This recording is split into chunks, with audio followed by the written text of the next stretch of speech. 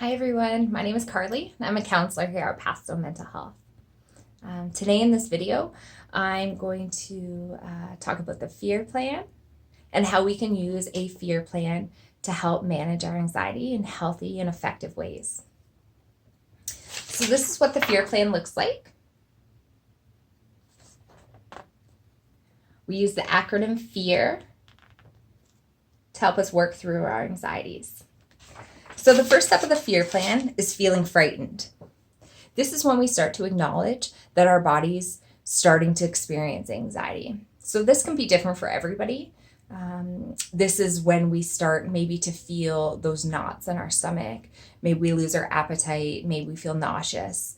We might get a headache. We might start to feel really like sweaty in our palms. Lots of different responses. Maybe we feel distracted. Maybe we feel irritable. So you might already know kind of what yours are and how your body responds to anxiety. So it's really important to be able to recognize those things as they start to happen. That way we can recognize we're starting to experience anxiety. So let's work through our fear plan to try to combat this anxiety in healthy ways. So I encourage you, if you don't necessarily know what your body does when it starts to feel anxious, I encourage you to kind of pay attention to that. And maybe you could even ask your parents. They might kind of have some insight on how your body responds to anxiety as well. The next step of the fear plan is E. So in this step, it's called expecting bad things to happen. So sometimes with our anxiety, it will kind of play tricks on us. And sometimes it will make us start thinking about all these horrible things that could potentially happen. This is expecting bad things to happen. So meanwhile, these things likely will never happen, but our anxiety will make us think that they're possible. So in this step, what we want to do is we want to recognize or pay attention to am I expecting the worst thing to happen right now? Could this be my anxiety that's telling me that these bad things could happen? And being able to label it as maybe I'm just thinking all these worst things, and maybe that's just my anxiety. So the next step is A, and that stands for attitudes and actions that can help. So attitudes that can help are our coping thoughts. So some of my favorites are stop, breathe, I can do this. This feels bad, but it's really a normal body reaction and it will pass. This won't last forever. It's okay to feel this way. It's a normal reaction. And thoughts are just thoughts. That doesn't necessarily mean that they are true. So those are some coping strategies that we can use as a healthy attitude to help combat our anxiety. And actions in this A category as well can be anything that you find helpful for you.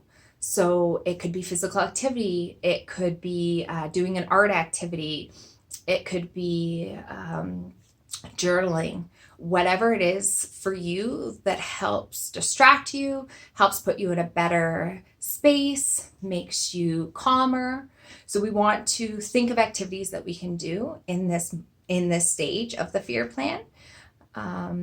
Sometimes physical activity is really helpful because it can allow us to think clearly, we get that blood flowing.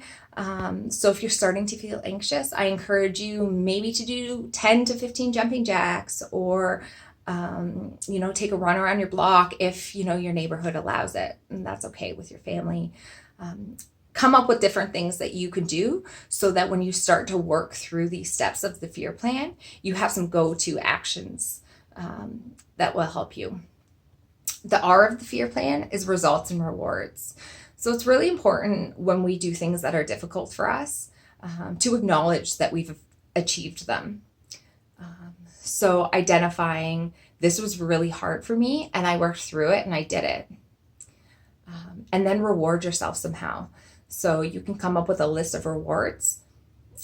Some of the good ones that I hear all the time, if I accomplish this, maybe going to the dentist is hard. After I go to the dentist, we're going to go out for ice cream after. Or a reward could be anything from a little extra time on electronics, or staying up a little bit later, or picking your favorite board game to play for family night. Anything like that that will help acknowledge that you've done something that was difficult and you did a great job. So I hope this fear plan will help you as you're dealing with your anxiety, and know that it is normal and anxiety will pass. Thanks for listening, guys. Bye.